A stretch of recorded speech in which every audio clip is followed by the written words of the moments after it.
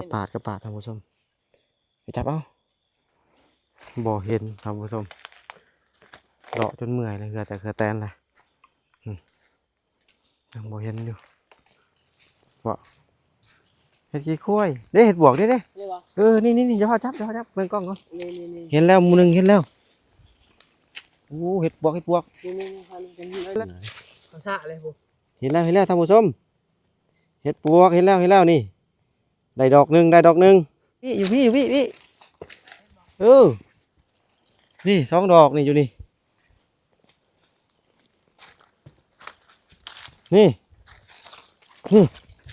กำลังจูมตัวนั้นสองดอกอยู่นั่น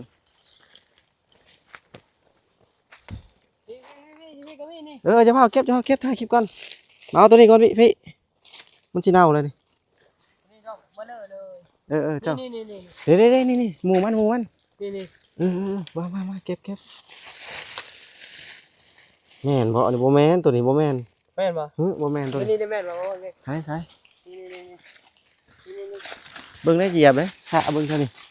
กำลังป่งแม่นแล้วตัวนี้ลอยเลยแหละเด้น่ะหมูมันเห็นบ่น่ะเก็บเอาอันเจ้าทั้งพื้นเด้อ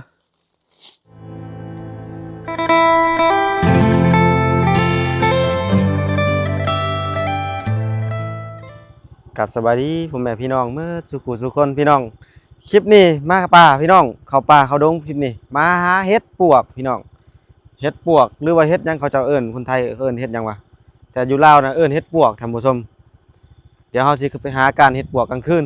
หับโซนนำกันรุ่นนำกันท่านผู้ชมมื้อนี้สิได้หรือบ่เนาะไปลองเบิ่งกำลังหาขี่รถมาฮอดตอนนี้พี่มาพี่นำก่อนมือกล้องกันไปจับกล้องไปเลยเข้ามาฮอดป่าแล้วแต่ว่าตอนนี้กำลังเชียร์รถไปไว้ก่อนตอนนี้ถ่ายเส้นทางเลยเดี๋ยวไปเบิ่งน้ำกันท่านผู้ชมเมื่อสิได้เฮ็ดหรือบ่มื้อนี้หาเฮ็ดปวกคนไทยเอิ้นเฮ็ดตาบบ่ท่านผู้ชมประมาณนี้แหละเดี๋ยวถ่ายตอนไปหากินน้ำกันจังหน่อยเอารถจักรไปจอดไว้ก่อนท่านผู้ชมเลยเนาะมากลางค่ำกลางคืน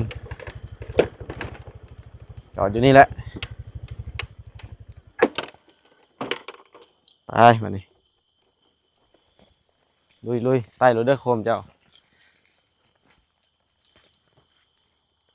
นี่ทำผสมไปมา2 คนสิได้หรือบ่เฮาสิมุ่งหน้าไปทางนี้ก่อนเนาะเอาวิเลี้ยงตีนตัวนี้เขาแบ่งใส่สำหรับข้าวปลาท่านผู้ชม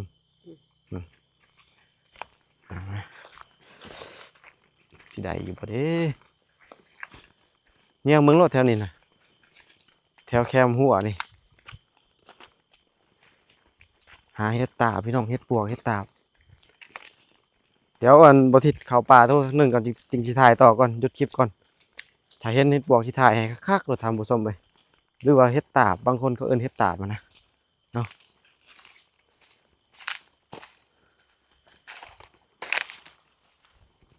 เข้าป่ามื้อนี้เข้าป่าเข้าดงมื้อนี้เบิ่งดีๆเด้อพี่เด้อน่าจะเห็นเลยขามหัวก่อนมาดิเอ้ายังมาสิขามหัวก่อนขามได้จ้ะพ่อนี่เราหลอกไว้โอ้เราก็แจหลอกไว้เราเห็นนี่ขามทางไหนมาบ้านี่คือยากใช่ปะ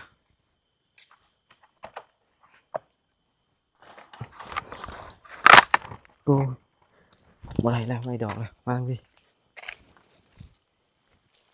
มีแตนพอดีหัวบ่ทิดเองนะพี่น้องเลยไม่หัวคนอื่นนะ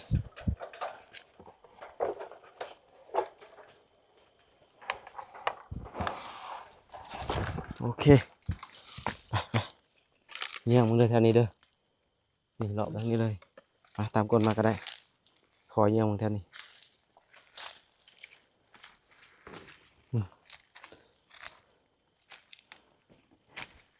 มานะแม่เนาะ อยู่แถวหัวโพ้นหมักมี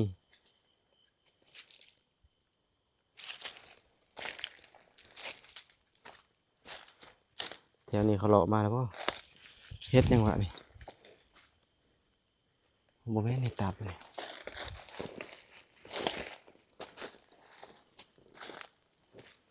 แมงจังโจ้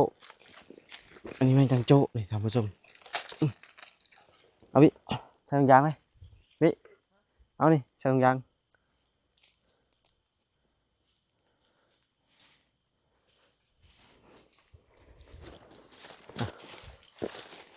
จังเบิ่งตามข้าวโพดนี่ดิมันหมักออกแค่ข้าวโพดเด็ดพามันก่อนเด็ดปีมันก่อน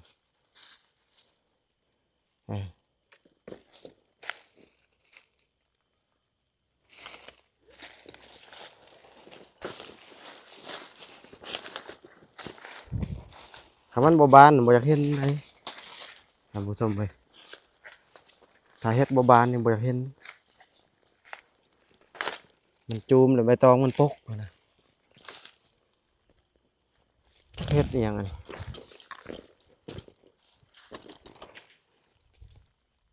เฮ็ดยังวะ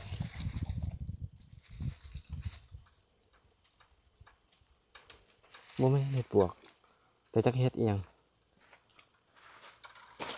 ไปต่อบ่เอาต้องการเฮ็ดปวกอย่างเดียวยังเป็นอยู่บ่เด้วิ เป็นขี้ควาย เจ้ายังไว้พวกเราบ่เห็นไหนใบตองมันบังเลย ไปลงบนขนม เลาะทางแคมหัวดนี่แหละหนักมี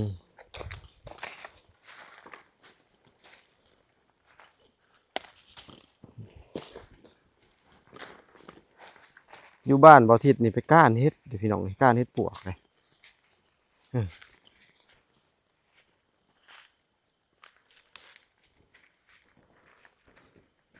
มีอีกทีมงานหนึ่งเขาเจ้าได้แล้วพี่น้องเฮ็ดปวกนะเขากำลังเก็บตอนนี้คนเลย เฮ็ดยังไงแม่ ใช่ เราเฮ็ดเอาตามนี้เลยบอก เลาะทางนี้แหละจึงเลาะครับขึ้นทางพุ่น ลงบน สิมานอยู่บ่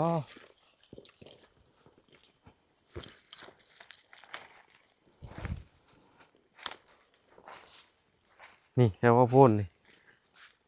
ขาวเขาเนี้ยเลยเนาะคือสิครับเบิ้งโทรเขาเจ้าถามเขาเจ้าก่อนเขาเจ้าอยู่เท่าไรเขาเจ้าเก็บเฮ็ดปวกเดี๋ยวนี้อันนี้ก็การคือการทางนี้ก็นี่การเฮ็ดปวกตอนนี้ยังบ่มานอยู่ท่านผู้ชมมันยังบ่ทันได้อยู่ย่างมาได้ครึ่งทางเลยแถวนี้จักก็เขาเอาแล้วบ่จักนี่เขาขุดอยู่นี่บ่โพนหาเฮ็ดก่อนพี่น้องเอ้ย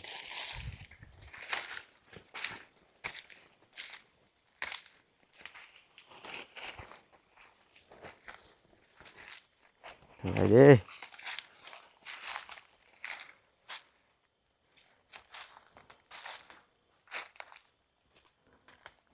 อยากสมอยเนาะ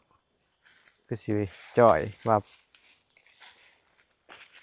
เลาะไปทางพี่พี่บัดนี้เขาย่างไปนี่หน่อยเลาะขึ้นไปทางนี้ อ้อมเลยว่ะ อ่า ไม่ใช่เขาไปกินข้าวเนี่ย ฮะ เอามาเลย เขามาเลยเนาะแถวกกกระบกพุ่นเฮ็ดว่าเฮ็ดมักออกมาพี่ขอจะนำทางมาเพราะว่าเจ้าบุหูมันหาเคยหากระปาดท่านผู้ชมไปจับเอาไปหาเฮ็ดเรียบร้อยใส่ถุงยาง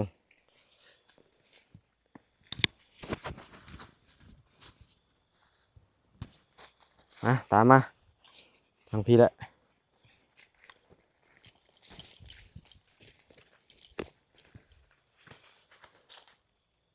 หมานในกูจักดอกจักใด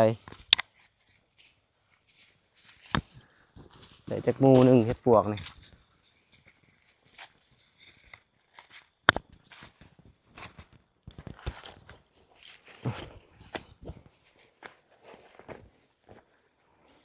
บ่เห็นท่านผู้ชม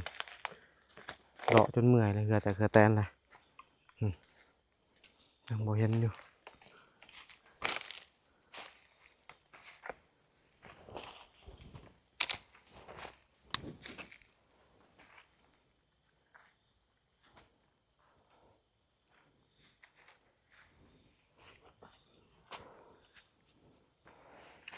ยังบ่ย่ามมันออกลายนะ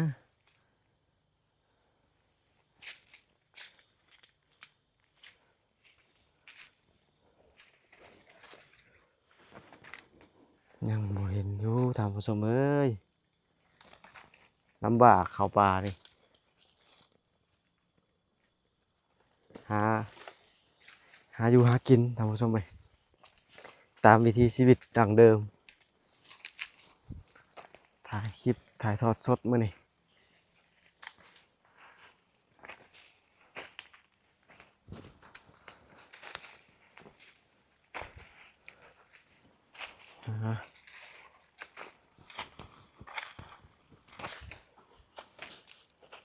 เฮ้ยโมแมน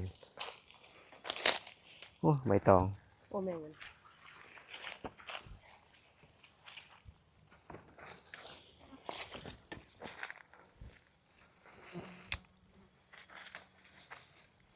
แถวนี้น่าจะออกนะ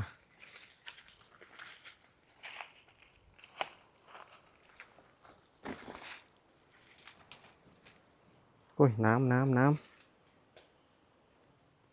อ๋อตัวน้ำ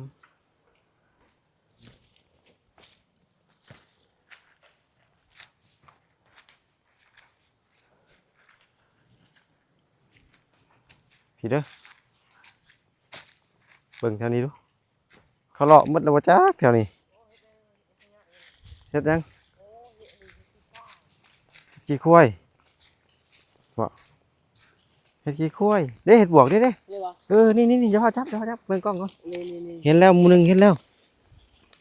โอ้เฮ็ดบวกนี่พันเป็นอันนึง เริ่มมีแล้วโอ้เขาจับเขาเอาแล้วนี่เขาสะเอาแล้วนี่เห็นบ่เห็นบ่ เขาแล้ อะ ว โก้ยน้ำนี่ก็ดิเหนื่อย เขาสะเลยผม เห็นแล้วท่านผู้ชมเห็ดปวกเห็นแล้วนี่ได้ดอกหนึ่งหมู่มันน่าจะแถวนี้แหละหมู่มันนะท่านผู้ชมไปเดี๋ยวหามึงก่อนให้เห็นแล้วดอกหนึ่งนี่ท่านผู้ชม ให้กระบอกนี้ เอาเขียวขุดเอาโอ้ยหักซ้ำใส่ถุงยางได้แล้วดอกหนึ่งท่านผู้ชมไปเริ่มแล้วทางนี้จักแม่นเฮ็ดยังท่านผู้ชมเฮ็ดขี้คุ้ยบ่เฮ็ดยังนี่แหละอ๋อตัวหลายตัวเฮ็ดอันนี้ก็ดิเนาะหลายอันนี้ เขาสะจะเป็น เขาสะจนแปลนเนาะเขาเอาแล้วเนาะเขาสะนี่กำลังปงเลยกำลังปงท่านผู้ชมเลยนี่จุ่มออกมาอยู่สะมึงดูพี่บางทีมันปง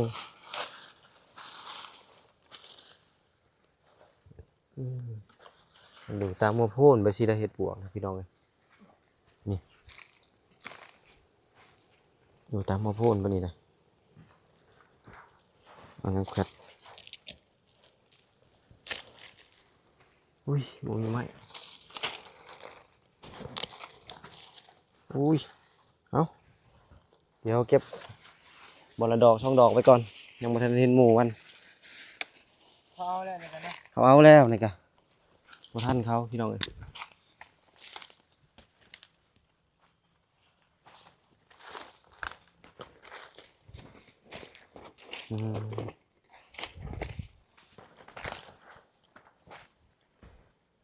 นี่โมแมนเนาะบ่แมนบ่ทันเขาเลยเขาเอาก่อนเลย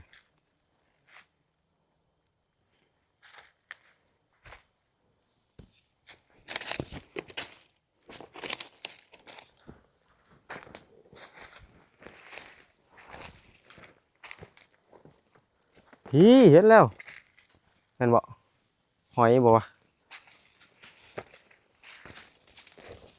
พี่อยู่พี่นี่สองดอกนี่อยู่นี่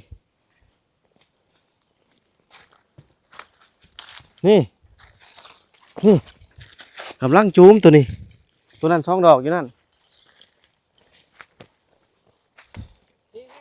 นี่ก็มีนี่ จะพาเก็บถ่ายคลิปก่อนมาเอาตัวนี้ก่อนพี่มันสิเน่าเลยนี่ นี่ดอกเบลอเลย เจ้า นี่ เด้นี่หมูมัน นี่ มาเก็บแม่นบ่อันนี้บ่แม่นตัวนี้บ่แม่น แม่นบ่ บ่แม่นตัวนี้ นี่ได้แม่นบ่นี่ ใส่ นี่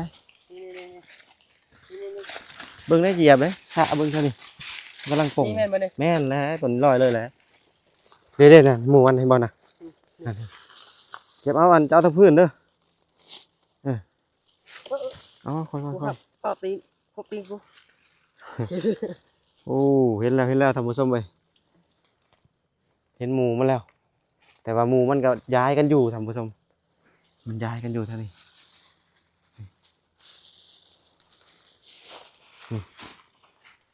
มาแถวบ่หามาเก็บดิ อ๋อมันบ่เป็นดอกจูมมันจากบานแล้วตอนนี้เฮ็ดปวกมัน มันแต่มื้อเช้านี่ บ่แล้วมันโป่งใหม่ได้นี่ได้โป่งใหม่ได้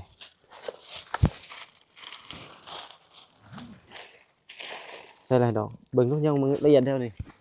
เอามันหมดเลยเท่านี้ต้องโป่งเลยใช่ปะเดี๋ยวพี่จะเข้าไปสระดูนี่นะเห็นคือขาวๆนี่มันบอก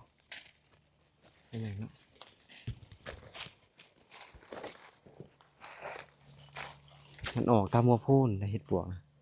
ตามผสมไปออกตามหัวโพูนสระมึงเด้อสระขี้อันนั้นยั่งและเมาทางนี้ดอกใหญ่ทางนี้ดอกจูมพร้อมมาถุงยางนะ มันบ่ไกลก็ดอกอยู่เท่านี้แหละ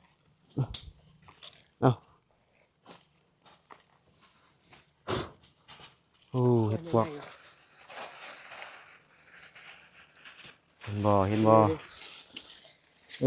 กแล้วเดี๋ยวเขาจะพาไปเอาทางนั้นอีกหน่อย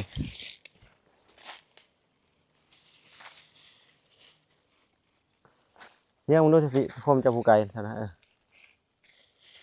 เห็นบ่เห็นดิดูพุ่นยังหันจุ่มๆน่ะบ่แม่นมาเอาพี่มานี่2ดอกอยู่นี่ใช่แล้วปะลายตาเลยแถวนี้นะนี่เด้เห็ดปวกนี่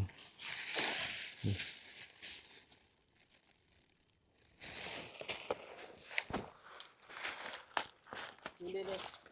แม่นบ่อันนี้ ใช่แม่นนะ สบายแล้วนะ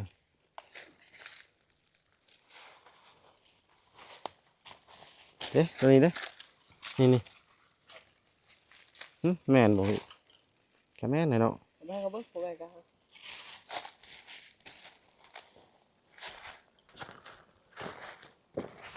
หาเห็ดปวกนี่พี่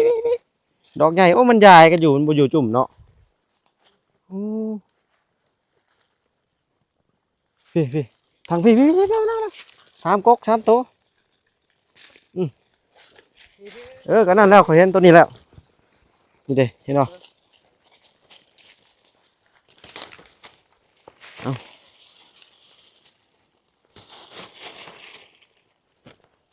เก็บถาเด้อเนียงมึงทางนี้ก่อนทางนี้จักเฮ็ดอีหยังเฮ็ดแบบบ่แม่นเฮ็ดปวกบ่แม่นอันนั้นพี่น้องเอ้ยบ่แม่นเฮ็ดตาบ กูก็บอกกกกระแต้ อันนี้ยังนะเฮ็ด ใช่ เอามันบ่ เดี๋ยวมันป่ง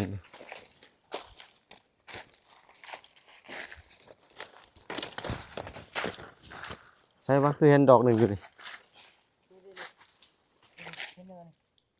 ใช่โมเมนเห็ดปวก จะกินได้นี่ โมเมนกินบ่ได้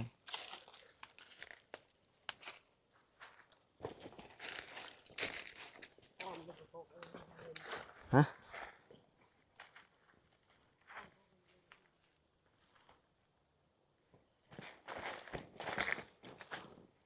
รอเบิ่ง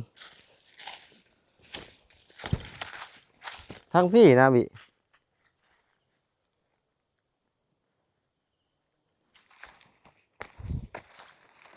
ทางนั้นบอกเราบิเอ้ยทางพี่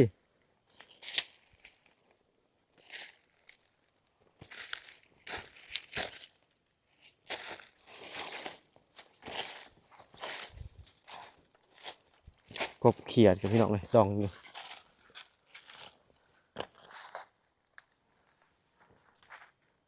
มันยายกันอยู่มันบ่อยู่เป็นหมู่เนาะ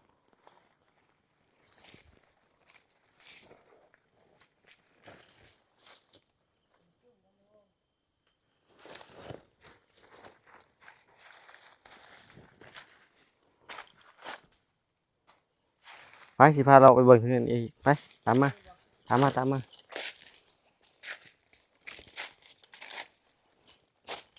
ดกลางซ่อนตอนเช้าตอนคืนมันยังอยากบานแล้วคำอื่นตอนเช้านี่ยังแตกบานหมดแล้วออกมาแล้วทำผู้ชมเลยได้เฮ็ดน้อยหนึ่งเดี๋ยวไปสมทบกับทีมงานหนึ่งอีกเพิ่นไปหาก่อนแล้วเพิ่นก็ได้คือกันเนาะทำผู้ชมเลยเดี๋ยวเราไปเบิ่งอีกทางนั้นยังน้อยหนึ่งแถวกอไผ่นั่นบางทีมานก็มีพี่น้องเลยหมุนป่าป้อหกแห้งกันเลยเนาะพี่เนาะหกแห้งกันเลยพี่น้องเลย ไปจนบ่ได้ ไปจำอยากได้จังบ่ได้เฮ็ดพี่น้องถือว่าเฮ็ดยังออกบ่หลายปานใดเนาะสำนี้ก็แกงกินได้อยู่พี่น้องใส่ผักมะละเนาะผักขมๆนะท่านผู้ชมเมื่อยเด้ตอนนี้รุ่นนำกันว่าสิได้อีบ่อยู่กอไผ่กอนั่นซอกเบิ่งนำกันอีกเฮามา9 โมงเดี๋ยวนี้ประมาณประมาณ11-12 โมงเลยตอนนี้ท่านผู้ชมเลยเฮาเลาะดนเติบเลยเนาะเดี๋ยวไปเบิ่งนำกันอีกว่าสิได้หรือบ่โอเคท่านผู้ชมมาฮอดจุดหมายแล้วบนรถจอดถือว่าได้เฮ็ดบ่หลายปานใดเนาะท่านผู้ชมเลยเดี๋ยวเฮาสิกลับไปสมทบกับทีมงานเขาเจ้าได้หลายสำใดไปเบิ่งนำกันอีกเนาะเทื่อนึงนี่ขี่รถมาท่านผู้ชมเลย หาแล้วก็ลากจักหาอยู่หากินหาตอนไปหากับทุกข์แล้วมานั่งล่างอีกป่าอีกไม่ต้องซื้อไม่ต้องแลกละหากินนี่ละซื้อตัวโคงโอ้ซื้อตัวโคงแม่งกันนู้นก็ได้ซื้อแม่งกันนู้นก็มีจิเดชพ่อก็มี